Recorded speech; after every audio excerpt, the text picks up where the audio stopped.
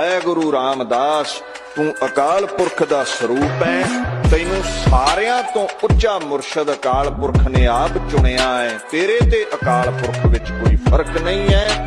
ਸਾਰੇ ਤੇਰੇ ਹੀ ਦਾਸ ਨੇ। ਸਭ ਰਹਿਬਰਾਂ ਮਹਾਂਪੁਰਸ਼ਾਂ ਤੋਂ ਤੂੰ ਵੱਡਾ ਹੈ।